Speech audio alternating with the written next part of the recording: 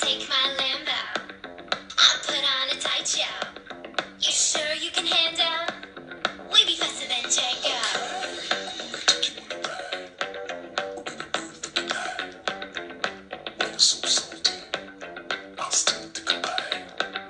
We can take my Lambo. I'll put on a tight show. You sure you can handle? We be faster than Django. 여러분 안녕하세요. 바치칸 뉴스 정혜림 아나운서입니다. 지난주부터 손혜원 의원의 의혹이 거의 모든 이슈들을 다 블랙홀처럼 빨아들이고 있는데요. 하지만 놀랍게도 비슷한 시기에 제기됐던 재판 청탁 의혹은 여야 할 것 없이 침묵의 카르텔을 형성하며 흐지부지 사라지고 있습니다. 왜겠어요? 이런 문제에서 다들 찔리는 게 많으신 거죠?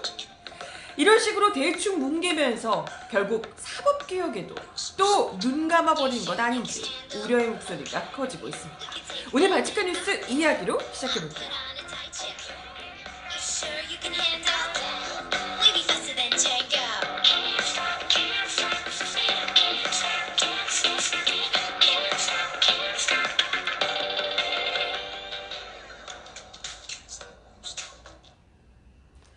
네, 여러분 어서오세요. 1월 22일 바치칸 뉴스 정혜림입니다. 네, 어서오세요.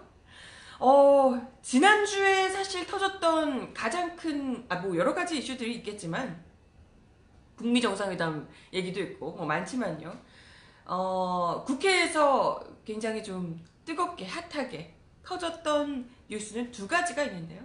손혜원 의원 부동산 관련한 의혹, 바치칸 뉴스에서도 이야기를 다루기도 했지만, 거의 오늘까지도 모든 언론들이며 야당들 십자포화를 퍼붓고 있는 형국입니다. 손혜원 의원에게 거의 모든 것을 막 집중하고 있는 그런 상황이죠.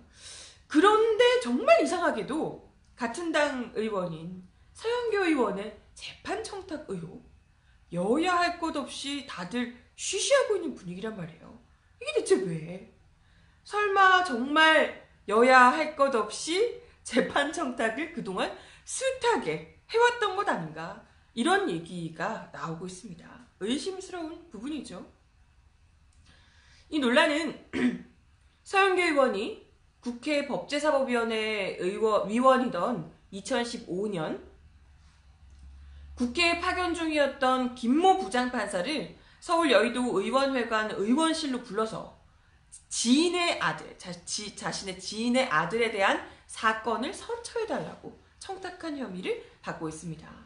이 같은 혐의는 사법농단 수사를 하던 검찰이 임종원 전 법원행정처 차장을 추가 기소하면서 만들었던 이 공소장을 통해서 드러나게 됐습니다. 사실 근데 이 사건은요, 느끼시겠지만 손혜원 의원 사건에 비해서는 상당히 명징한 사건이잖아요. 뚜렷한 사건입니다. 어찌됐건 서 의원이 의혹을 전면 부인하고는 있다고는 하지만 그래도 국회의원의 재판 청탁 의혹이 검찰 수사로 일정 부분 드러난 상황이기 때문에 손혜원 의원 건하고는 또 완전 다른 문제잖아요.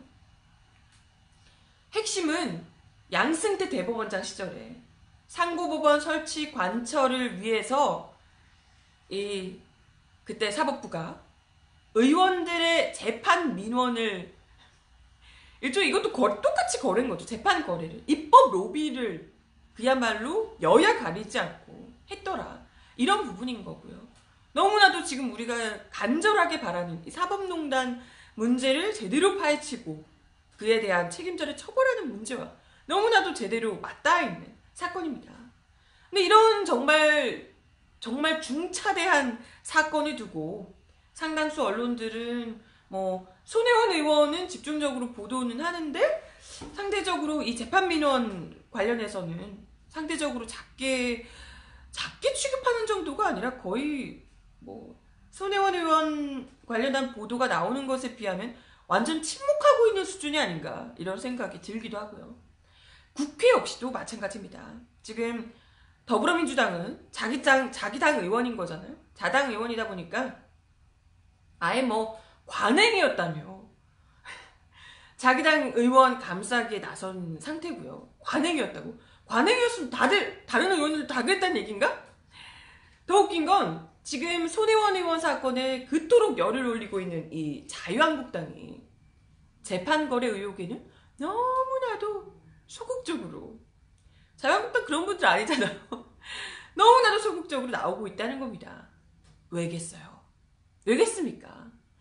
양승태 대법원의 입법 로비가 아까도 이야기 드렸지만 여야 가릴 것 없이 야당 의원들, 아니 지금 그때 당시에 야당이었던 더불어민주당 의원들을 향해서도 했다면 자기 편 같은 자유한국당 의원들을 향해서는 얼마나 많이 했겠습니까? 그잖아요. 여야 가리지 않고 자유한국당 마찬가지로 이루어졌을 가능성이 너무나도 큰 거죠.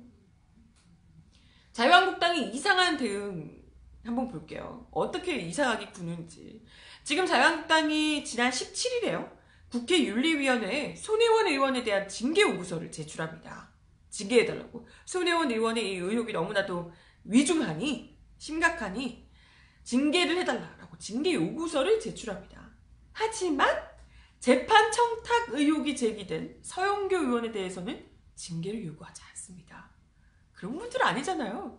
이분들 더불어민주당 의원들 중에 뭐가 나오면 완전 뭐든지 다 대통령과 연관을 시켜서 어떻게든 잡아 끌어내려 보려고 안간힘을 쓰시는 분들인데 하면 게이트 어쩌고 하면서 손혜원 의원 또 무슨 손혜원 그죠? 맞아. 그 바로 다음 18일날 손혜원 랜드라면 손혜원 랜드 게이트, 또 게이트 나왔죠. 진상조사 태스크포스까지 출범을 시킨 바 있습니다.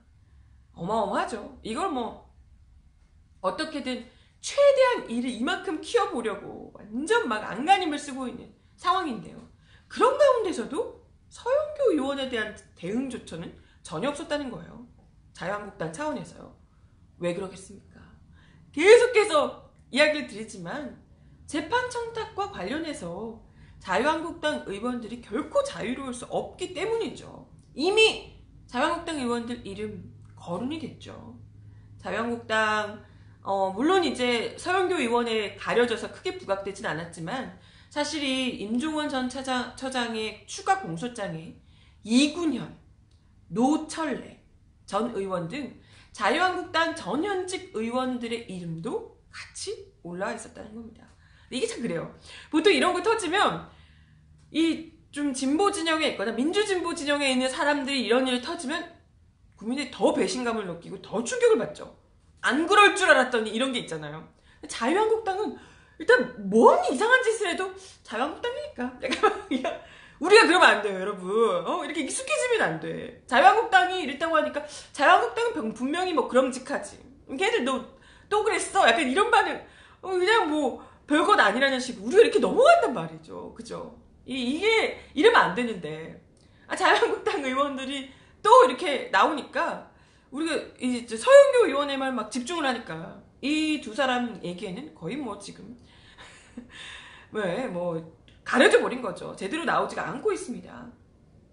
특히나 임 전 차장의 공소장에는 익명이기는 하지만 자유한국당 현직 의원의 재판 청탁 정황이 기재되어 있는 것으로 전해졌습니다. 당장 민주당에서 이 익명 의원의 실명을 공개하라 이런 이제 반격이 나오기도 했었죠. 민주당 박주민 최고위원이 어제죠. 어제 국회에서 열린 최고위원회에서 공소장 내용에 따르면 임종원 등은 이 자유한국당 소속 법사위 국회의원의 요청으로, 익명인데 어쨌든 그 사람의 요청으로 유리한 선고를 받을 수 있는 법적 근거를 찾아보고 이미 실형을 받은 것도 재검토하도록, 실형을 나왔는데도 재검토하도록 하기까지 했다. 자유한국당은 공소사실에 적시된 현직 국회의원에 대해 철저히 조사하고 누구인지 정도는 밝혀야 한다라고 촉구했습니다. 그러게? 지금 이런 마당에 이 사람이 누군지는 알려줘야 되는 거 아닌가요? 다른 사람들은 알려줬는데 이 사람만 모른 척하는 이유가 뭘까? 엄청 큰, 알려지면 난리 나는 그런 인물인가? 누구시죠? 누구실까요? 이런 분 정도는 최소한 이름이 누군지, 어떤 사실인지 제대로 지금 밝혀줘야 되는 건 아닌가. 무슨 손혜원 의원은 완전 뭐 있는 대로 털리고 있는데 이런 거는 아예 검찰 공소장에까지 나와 있는 인물이면 이 정도는 밝혀줘야 되는 거 아닌가요? 네.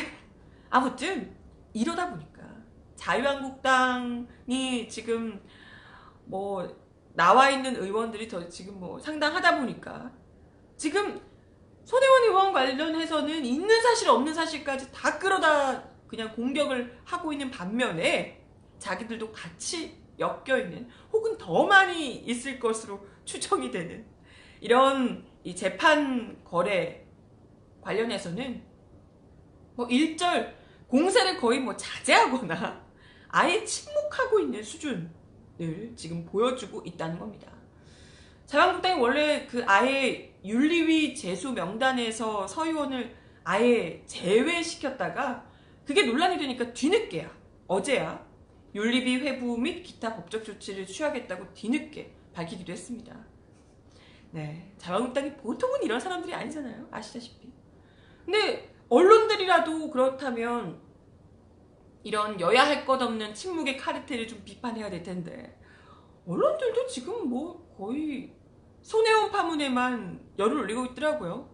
이게 진짜냐 투기냐 아니냐 뭐 등등 해서 그 얘기만 지금 하고 있는 상황이라 더 큰 문제는 이러는 동안 지금 뭐 대다수가 손혜원 의원 쪽으로 몰려가고 그리고 뭐 재판거래 이렇게 입을 닫고 있고 침묵하고 이러는 동안 국회는 사법개혁 논의가 지금 완전 흐지부지될 위기에 처해 있다는 겁니다.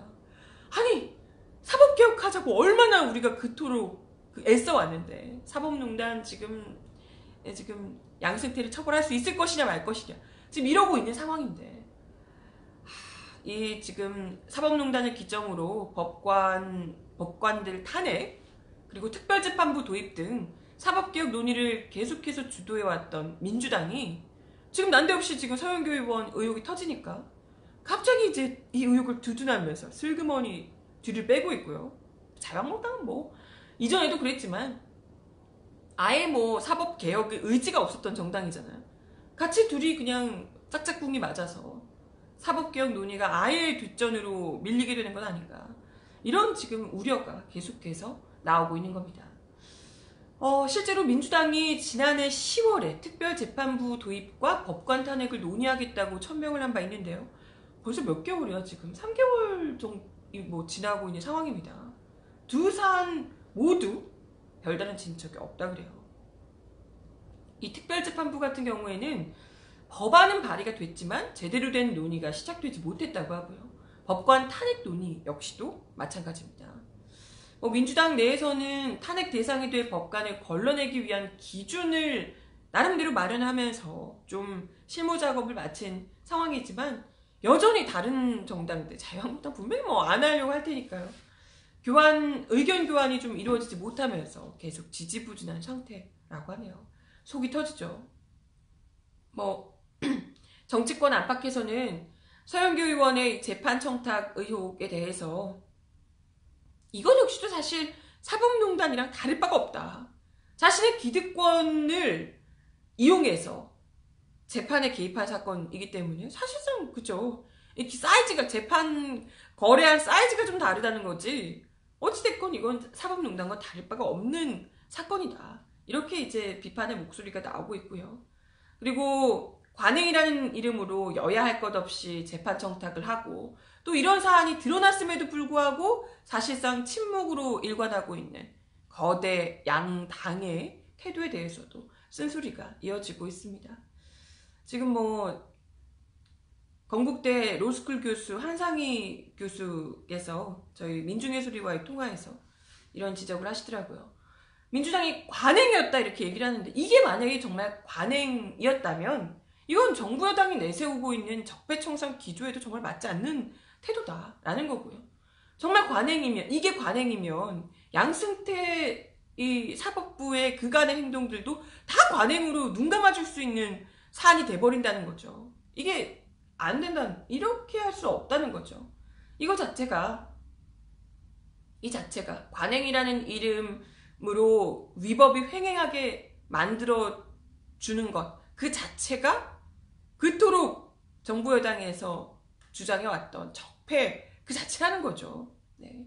이걸 내버려 두고 모른 척하고 이렇게 하게 된다면 과연 촛불 시민들이 그렇게 촛불을 들고 나와서 외쳐댔던 적폐청산이 또 문재인 정부에서 하겠다고 누누이 이야기를 했던 적폐청산이 과연 가능할 것인가? 묻지 않을 수 없다는 거죠. 그렇기 때문에 오히려 이럴 때일수록 국회가 더 사법개혁에 더 오히려 박차를 가해서 스스로 내부적으로도 당연히 모든 의원들이 그렇지 않겠죠. 그 내부에서 그런 식으로 은근슬쩍 그 재판 거래하며 사법농단에 은근슬쩍 한 발씩 걸치고 몸을 실었던 사람들을 제대로 솎아내고 그러면서 국민들의 불신을 좀 털어버리기 위해서라도 더더욱이 사법개혁에 좀 앞장서 주셨으면 그렇게 해야 될 때가 아닐까. 그래야만 국회에서 스스로가 적폐 공범이 아니다라는 것을 보여주게 되지 않을까 이런 생각을 해봅니다. 네, 슬그머니 사법개혁이 묻히는 것 같아서 이야기를 좀 드렸고요. 네, 다음 소식 전해드리겠습니다. 지난 주말에요. 사실 이 사건이 좀 나름 SNS에서 굉장히 핫했습니다. 이거 혹시 보셨나요? 방송인 홍석천 씨 인터뷰입니다. 홍석천 씨가 이태원 가게 두 곳을 문 닫았는데 이게 최저임금 여파 때문이다 라고 한 제목을 뽑은 중앙일보 기사. 이게 이제 굉장히 핫했는데요. 요약하자면 홍석천 씨가 진짜 이렇게 얘기를 한 건 아니고요. 이데일리라는 다른 매체와 홍석천 씨가 격리단길이 요즘 어렵다 뭐 이런 얘기하면서 자기 가게도 지금 두 곳이나 문을 닫았다 이런 얘기를 하면서 여러 가지 이야기를 했는데 이 인터뷰 기사를 중앙일보도 그렇고 다른 기사 다 조중동 이런 데서 퍼가면서 최저임금 인상 여파로 가게 문 닫아 라고 하면서 완전 왜곡된 내용의 제목을 뽑았더라는 겁니다. 그래서 홍석천 씨가 아예 자신의 SNS에 이렇게 중앙일보 기자님 하면서 자기와 전화 한 통이라도 해주셨으면 좋았을 텐데 이런 얘기가 아니었는데 이렇게 하셨냐라고 이제 좀 불편한 심기를 드러내면서 SNS에서 굉장히 화제가 됐습니다. 근데 어제 뉴스공장에 출연을 해서요. 홍석천 씨가 이와 관련한 자세한 그러니까 어떻게 된 일인지를 자세하게 좀 이야기를 상세하게 설명을 하셨더라고요. 들어보니까 진짜 너무 가관이라서 일단은 홍석천 씨가 그 이데일리와 인터뷰를 했던 이 내용은 뭐 가게 문을 닫은 여러 가지 이유들 그리고 어떻게 좀 해결할 수 있을지 그리고 이 격리단길이 지금 많이 죽어가고 있다고 하는데 이 골목상권을 어떻게 살려야 하는지 또 구도심의 재생사업 뭐 엄청나게 이야기를 많이 했다 그래요. 그러니까 어떤 해법이 있을지를 여러 가지를 같이 이야기를 많이 했다고 합니다. 네, 그러면서 홍석천 씨가 혹여라도 이게 잘못 왜곡돼서 이제 전달이 될까봐 이 이데일리 기자한테는 제목 뽑으실 때 행여라도 뭐 최저임금 때문에 가게 문 닫아 이런 식으로 뽑으시면 안 된다라고 아예 이야기를 했다고 해요. 그러니까 그 기자 역시도 당연하죠. 그렇게 얘기한 거 아니니까 걱정하지 마시라 라고 하고 이데일리 그 매체에서는 이런 식으로 쓰지 않은 거예요. 그렇게 쓰지 않았습니다. 그런데 오히려 그 인터뷰 내용을 보고 이제 퍼간 기사 내용을 가지고 가서 자기들이 편집해서 재생산을 한 중앙일보를 비롯해서 뭐 조선일보, 동아일보에서도 뭐 홍석천 씨와 아예 전화 인터뷰조차도 해보지도 않고 그냥 자기들 마음대로 그 많은 인터뷰 내용 중에서 뭐 이제 뭐 여러 가지 가계 폐업을 한 이유 중에 뭐 여러 가지들이 있는데 그 중에서 하나 최저임금 인상도 문제가 그것도 이제 영향을 미쳤을 수 있다 뭐 이렇게 얘기를 했겠죠. 근데 이런 부분 많은 것들 중에 최저임금 여파 이것만 그냥 가지고 와서 제목을 아예 뽑은 겁니다. 이렇게 최저임금 때문에 무려 방송인 홍석천 씨가 그렇게 인기 많고 가게가 굉장히 잘 된다고 했던 홍석천 씨가 이 사람도 최저임금을 감당하지 못한다 이렇게 제목을 뽑은 거예요. 실제 중앙일보가 뽑은 제목이 아까 제가 보여드린 홍석천 이태원 가게 두고 문 닫아 최저임금 여파 이렇게 이제 기사를 썼고요. 이어서 조선일보도 홍석천, 최저임금 상승 여파로 이태원 가게 2곳 폐업. 이렇게 이제 제목을 써서 기사를 노출했고요. 동아일보 역시, 동아일보 더 노골적이야. 연매출 70억 홍석천 레스토랑. 그 중에 2곳 폐업. 최저임금 인상 감당 못해. 연매출 70억이나 올리는 곳이 최저임금을 감당 못해요. 최저임금 뭐 직원들 연봉 1억씩 줬나? 연매출 70억인데 어떻게 최저임금 인상 감당 못? 아니 상식적으로 그거 말이 안 되잖아요. 이런 기사를 쓴 거예요. 네, 제목을 이렇게 뽑은 겁니다. 아무튼 논란이 된 후에 이 홍석천 씨가 이제 그 본인의 SNS에 이렇게 글을 올리고 하면서 뭐 중앙일보나 이런 쪽에서도 굉장히 뭐 비난이 많이 쏟아졌고, 그래서 중앙일보 기자와 또 전화를 했대요. 거기서 이제 중앙일보 기자가 그런 제목을 단 중앙일보 기자가 죄송하다고, 그럴 의도는 아니었는데 그렇게 왜 써? 아니 기사 제목이 너무나도 그냥 정말 선명하게 그럴 의도잖아요. 분명히 그럴 의도인데 뭐가 그럴 의도가 아니라는 거죠? 아무튼 그럴 의도가 아니었는데 죄송하다 이렇게 이야기를 했다고 합니다. 그러면서 나중에 제대로 인터뷰하자 뭐 이렇게 얘기를 했다고 하는데, 아니 뭐 제대로 인터뷰하면 인터뷰한 대로 글을 써주긴 하시고요. 인터뷰를 해도 그 인터뷰한 내용 중에 요만큼을 이렇게 키워서 제목을 뽑아가지고 그 내용인 것처럼 쓰시는 분들이 우리가 뭐 한두 번 당한 게 아니잖아요. 네, 아무튼 근데 또 이렇게 해서 어찌됐건 중앙일보는 기사를 바꿨어요. 이제 뭐 전화로 하고 이렇게 문제 제기를 해서 중앙일보를 바꾸고 동아일보도 제목을 이제 바꿨는데, 아직까지 조선일보는 기사 제목을 바꾸지 않았다고 합니다. 그렇게 욕이 쏟아지는데도 네, 아직까지 여전히 아까 최저임금 때문에 가게 2곳을 폐업했다 이 기사로 여전히 나와 있다고 합니다. 이게 뭐겠어요? 어떻게든 소상공인들, 자영업자들 지금 어려운 이 경제 상황을 다른 이유 다 필요 없고 오로지 최저임금 인상으로 몰아가기 위해서, 네, 자기가 필요한 부분은 그냥 아예 발췌해서 그걸 이만큼 부풀려 쓰는 거죠. 아니 이걸 언론이라고 할 수 있어요? 아니 저도 지금 뭐 매체에 있지만 이게 언론인가? 이만큼을 이렇게 완전 그 의도, 본인 당사자의 의도까지도 왜곡해서 이렇게 내보내는 게 이게 언론이라고 할 수 있나? 참 답답한 거죠. 뭐 이날 실제로 이제 뉴스공장에 출연한 홍석천 씨는 이와 관련해서 당연히 뭐 최저임금 때문에 가게 폐업한 건 아니고 여러 가지 요인이 있었다. 근데 기본적으로는 첫 번째로는 임대료가 폭등한 게 매우 큰 요인일 수 있다라고 이제 지적을 했습니다. 이 홍석천 씨가 이야기를 한 바에 따르면 뭐 건물주들은 이 친구들이 나가도 뭐 다른 데서 또 들어올 것이라고 생각을 하기 때문에, 그래서 지금 이 경리단길 평당 임대료가 초반에는 한 2,500만 원에서 3,000만 원 정도였는데 지금은 8,000만 원에서 9,000만 원까지 올랐대요. 와, 그러면 진짜 감당 못하겠다. 인기 있었던 가게들도 평당 2,500만 원에서 3,000만 원 이렇게 들어왔다가 8,000, 9,000까지 오르면 그거 어떻게 감당합니까? 그게 그 평당인데 평당. 그게 지금 최저임금에 비할 바인가요? 이 정도 금액 상승을 하는데, 그죠? 이러다 보니까 애초에 경리단길을 일으켜 세우고 유명하게 만들었던 사람들은 지금 거의 다 나갔고 아예 그곳을 떠났다고 합니다. 감당을 못해서. 마지막으로 남은 경리단길 1세대 몇 분도 아예 뒤쪽으로 쫓겨나거나 지금 또 다른 데로 옮겨가려고 고민을 하고 있는 상황이라고 합니다. 아니 이런 상황에서 그 사람들이 최저임금이 문제겠어요? 최저임금 한 사람 최저임금 얼마 더 올리는 게 지금 대수겠습니까? 지금 이거 돈이 얼마 오른 거야? 임대료가. 뭐 이러다 보니까 경리단길이 지금 뭐 많이 죽어가고 해방촌도 죽어가고 뭐 이렇게 되다 보니까 뒤늦게서야 건물주들도 나가지 마라. 내가 30만 원 깎아주겠다. 뭐 이러면서 이제 좀 오히려 다 반대로 이렇게 하는 분들도 요즘에는 계시다고 해요.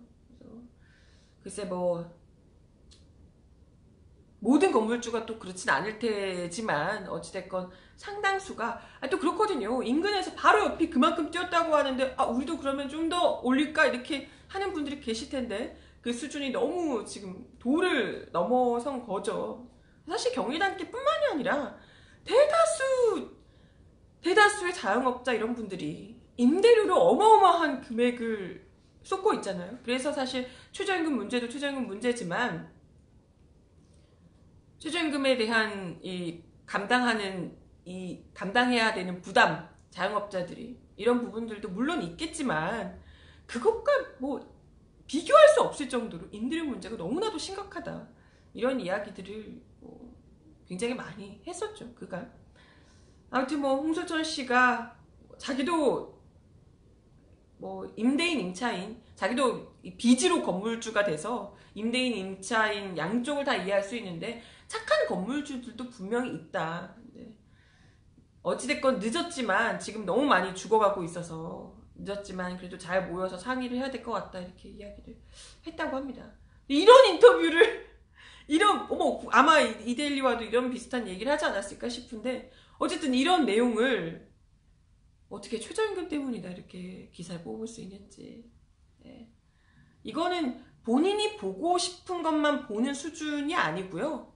정말 이건 의도적으로 이것만 봐야 되기 때문에 이것만 보라고 정말 이건 아예 대놓고 의도적인 왜곡, 기사 왜곡이 아니었을까. 네, 이런 생각을 해보며 진짜 참 답답합니다. 최저임금도 사실 더 올라야 되고요. 근데 지금 어찌됐건 그걸 위해서는 자영업자들을 어떻게든 임대업이든 프랜차이즈에 내는 그런 돈이든 이런 부분들을 상당수 많이 좀 해결을 해주면서 동시에 같이 올려나가야 될 부분인 듯한데요. 근데 무엇보다 지금 너무나도 임대료가 부동산 문제가 잡히지가 않다 보니까 답답합니다. 근데 이걸 또 어떻게든 악용해서 을과 을들의 싸움으로 붙이려고 하는 조중동의 노골적인 속내가 드러난 이런 사건이라고 볼 수가 있을 것 같아요. 네, 그러면 지금 시간이 얼마 남지 않았는데 짧게만 이야기를 드릴게요. 갑자기 이분이 기사에 떠서 대단한 분은 아니지만 그래도 유명 인사였던 지난 선거 때 유명 인사였던 분 기억하실 거예요. 그 유명한 거의 사자성어처럼 굳어져 버린 이부망천의 주인공 정태욱 전 자유한국당 의원이긴 의원인데요. 자유한국당에서 탈당했던 정태욱 의원이 슬그머니 자유한국당으로 복당을 했다는 그런 소식입니다. 아니 굳이 탈당을 왜 하셨나 몰라요. 그죠? 아니 이부망천 이런 막말은 자유한국당의 거의 뭐랄까요 정체성 아닌가? 자유한국당이 언제 막말 안 했다고 이런 일로 글쎄 탈당을 하셨을까 싶은데 그때 이 자유한국당 대변인이었던 정태욱 의원이 지방선거 앞두고 방송에 출연해서 서울 살던 사람들이 이혼 한번 하고 나면 부천에 가고 부천에 갔다가 또 살기 어려워지면 인천 간다 이렇게 주장을 했다가 이부망천을 해서 아주 이제 여론의 문매를 맞았죠. 그러면서 명예훼손 이런 걸로도 이제 재판까지 가고 그랬는데 무혐의 처분을 받긴 했어요. 그걸 이제 어떤 특정한 대상을 어떤 사람을 명예훼손한 거는 또 아니기 때문에 불특정 다수를 이렇게 아닌가? 어쨌든 법적으로는 무혐의 처분을 받았다고 해요. 그러다 보니까 이제 슬그머니 들어오려고 하는 것 같은데요. 웃기죠? 네. 하지만 왜 탈당을 했었는지 모르겠는 이분이야말로 자유한국당 대변인스럽지 않았나 이런 생각을 해보며 돌아오셔서 차기 총선에도 또 아주 재미난 발언도 하셔서 자유한국당의 정체성을 더더욱 확고하게 보여주셨으면 이런 생각을 또 해보네요. 어딜 가나 자유한국당이? 그죠? 네. 오늘도 발칙한 뉴스 함께 해주셔서 감사하고요. 저는 내일 12시 30분에 다시 오겠습니다. 그럼 좋은 하루 보내세요. 내일 다시 만나요. 안녕.